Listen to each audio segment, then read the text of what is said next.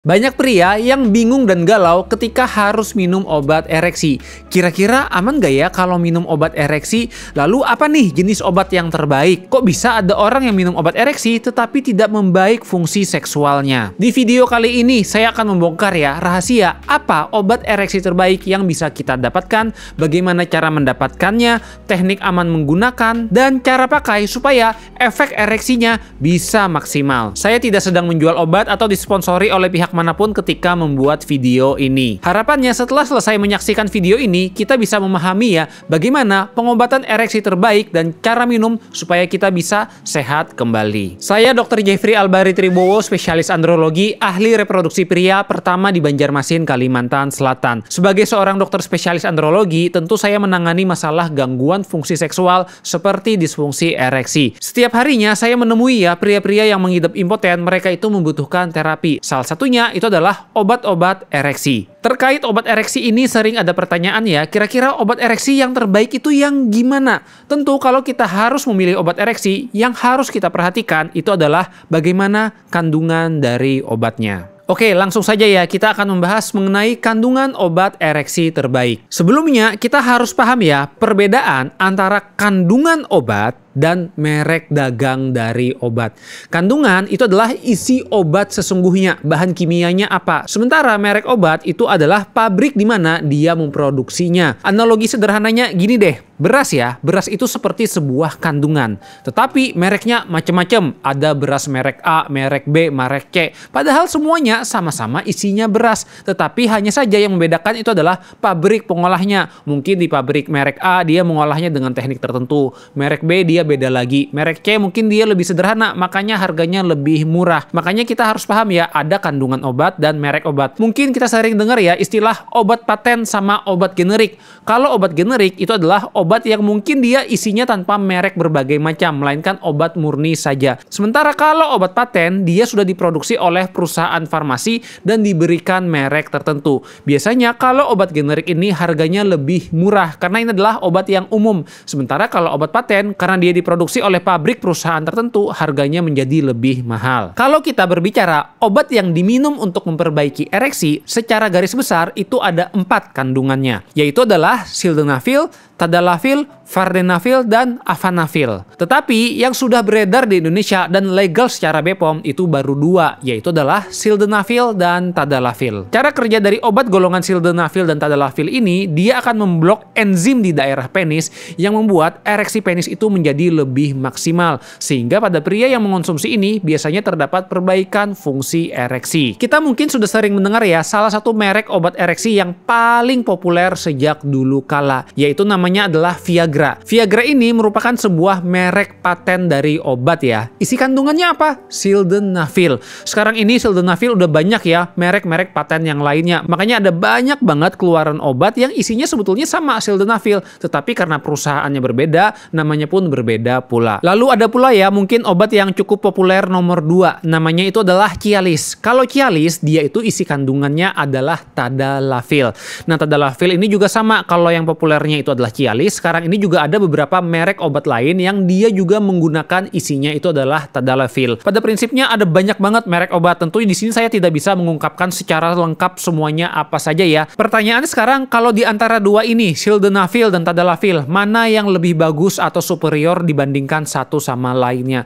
Sebetulnya ya, kedua obat ini dia memiliki plus minusnya masing-masing. Walaupun cara kerjanya itu sama, tetapi dia memiliki karakteristik yang cukup berbeda. Terkait mana yang lebih bagus, sebetulnya itu ya relatif sama. Saya pribadi sering menggunakan sesuai dengan kebutuhan pasien. Kira-kira dia lebih cocok diberikan sildenafil atau tadalafil.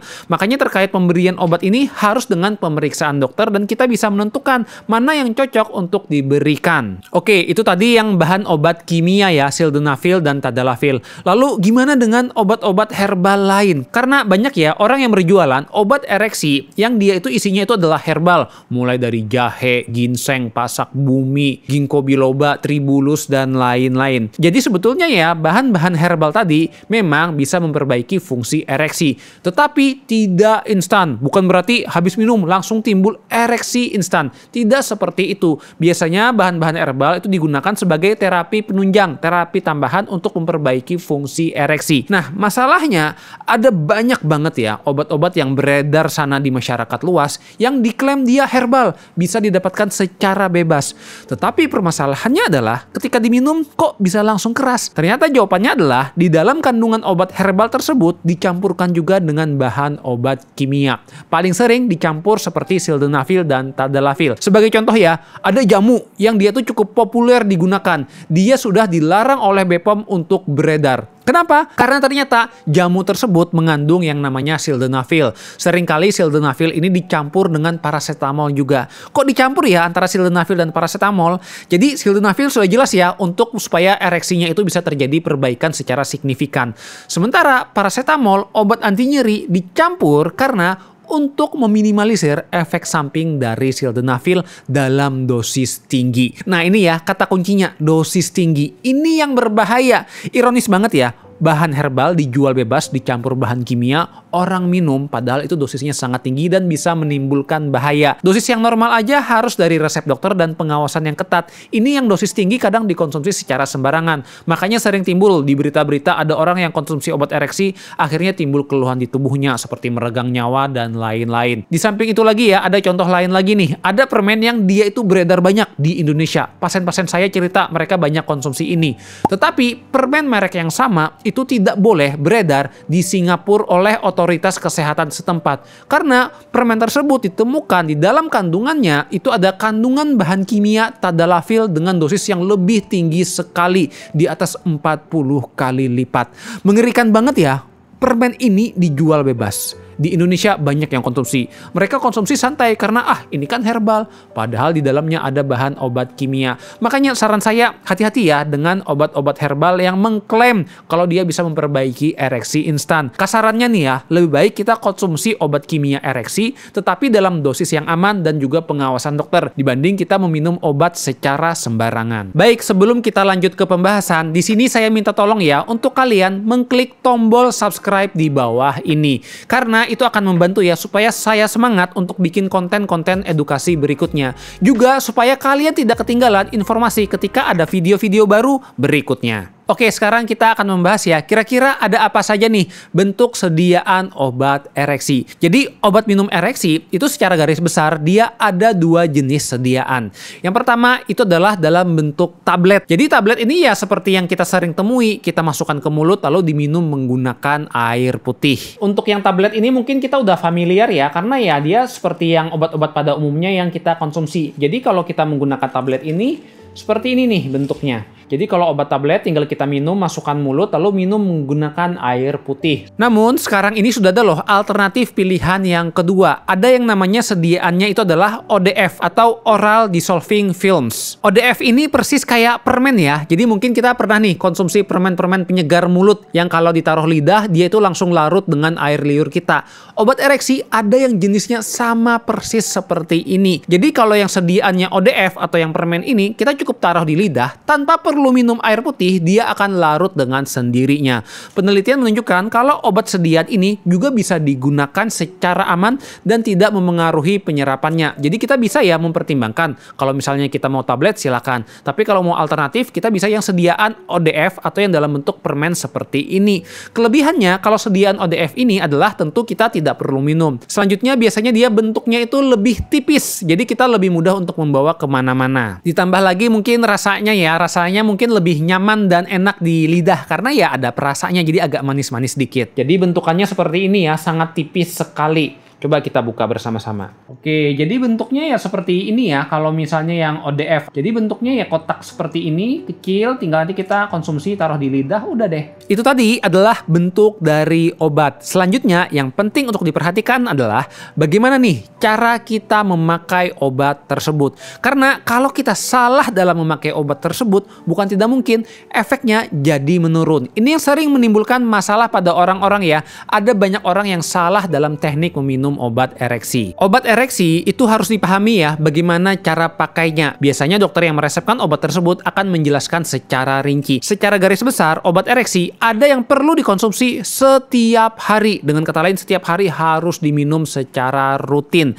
Biasanya obat yang perlu dikonsumsi secara rutin itu adalah yang kandungannya tadalafil dalam dosis 5 mg. Kalau kita konsumsi obat ini, biasanya setelah 3 hari barulah dia tercapai dosis yang optimal di tubuh kita.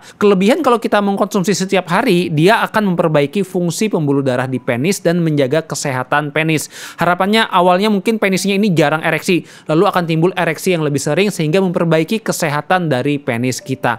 Kemudian kelebihan lain lagi itu adalah kita bisa berhubungan seksual kapan aja tanpa perlu terjadwal. Jadi kalau pasangan ngajakin hubungan seksual, penis kita udah siap. Karena apa? Kandungannya sudah stabil di dalam tubuh kita. Kita nggak perlu khawatir minum obat dulu dan lain-lain.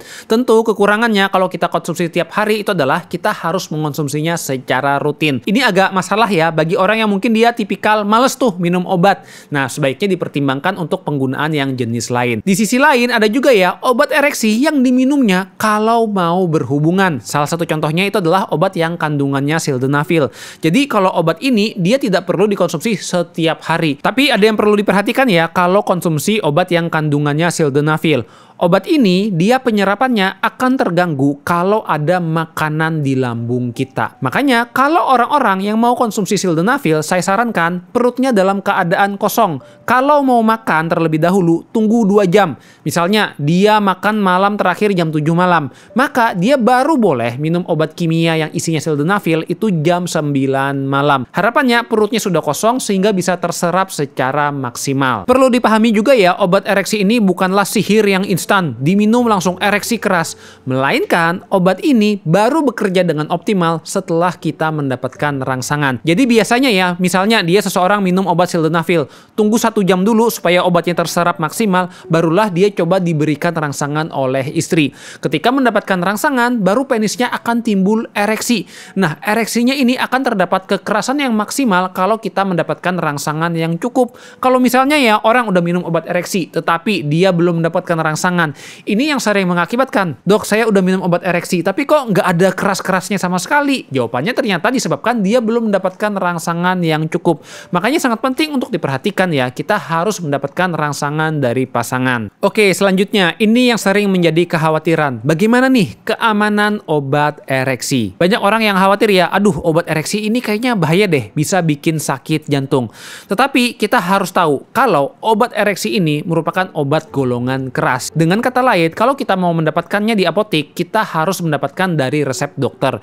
Dokternya akan memberikan setelah memeriksa terlebih dahulu untuk memastikan kira-kira tubuh kita aman mengonsumsi obatnya atau tidak. Ini sangat penting ya, karena tidak semua orang itu bisa minum obat ereksi. Pada orang-orang dengan kondisi khusus, misalnya tekanan darahnya itu sangat rendah, atau dia ada konsumsi obat jantung tertentu yang kandungannya itu ada namanya nitrat, maka dia tidak boleh minum obat ereksi. Karena ini merupakan sebuah kontraindikasi atau kondisi di mana seseorang tidak boleh meminum golongan obat-obat kimia untuk meningkatkan ereksinya. Kalau diminum, bukan tidak mungkin bisa membahayakan tubuhnya. Makanya ya sangat penting kalau kita mau mendapatkan obat ereksi, sebaiknya periksa dulu ke dokter, khususnya dokter yang terlatih seperti dokter andrologi. Setelah dicek, kita akan diberikan resep untuk menebus obatnya. Nah, ketika kita menebus obat, saran saya hati-hati dalam menebusnya. Kita tebus di apotek resmi dan yang legal. Karena obat ereksi ini banyak dijual secara bebas di online, di toko-toko obat ilegal dengan harga yang relatif miring dan murah, tetapi masalahnya adalah banyak obat palsu. Ini yang sering jadi kesalahpahaman ya. Banyak orang yang nyarinya murah aja nih, ini ada di online. Nah, itu yang kadang kita sering kelewatan. Karena apa? Obat-obat tersebut banyak yang obat palsu. Kalau obat palsu bukan nggak mungkin isinya jadi tidak tepat atau mungkin dosisnya yang tidak ideal sehingga bisa membahayakan tubuh kita. Lalu kita juga harus paham ya, obat ereksi dia hanya memperbaiki gejala dari gangguan fungsi ereksi. Dia tidak menyembuhkan akar penyebabnya. Misalnya ya, ada orang yang gangguan ereksi. Ternyata gangguan ereksinya disebabkan oleh diabetes atau penyakit gula yang tinggi. Obat ereksi dia hanya memperbaiki fungsi ereksi, tetapi tidak menyembuhkan penyakit gulanya. Makanya ini yang sering jadi kekeliruan ya. Ada orang yang minum obat ereksi terus sampai sewaktu-waktu tiba-tiba obat ereksinya tidak dirasakan bekerja dengan maksimal. Ternyata akar penyebabnya seperti diabetes tadi semakin parah. Akhirnya ereksinya tidak membaik lagi. Timbullah gangguan ereksi yang berat. Atau ternyata ada gangguan hormon testosteron. Testosteronnya rendah. Makanya akhirnya orang ngerasain ya minum obat ereksi makin nggak membantu. Di sini sangat penting sekali ya. Kita kalau ingin meminum obat ereksi, jangan lupa untuk tangani akar penyebabnya.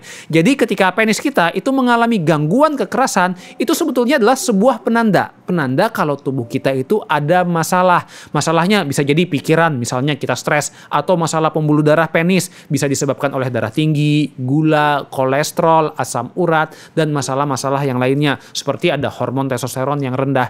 Makanya sangat penting untuk kita menangani akar penyebab gangguan ereksi agar fungsi penis ini bisa sehat. Terkait apa aja nih pilihan terapi untuk memperbaiki fungsi ereksi di samping meminum obat, sebetulnya ada beberapa pilihan ya. Kalau kalian ingin mempelajari lebih lanjut, apa saja nih kira-kira pilihan obat ereksi yang bisa kita gunakan untuk memperbaiki fungsi penis kita, kalian bisa menyaksikan video berikut ini. Terima kasih sudah menyaksikan.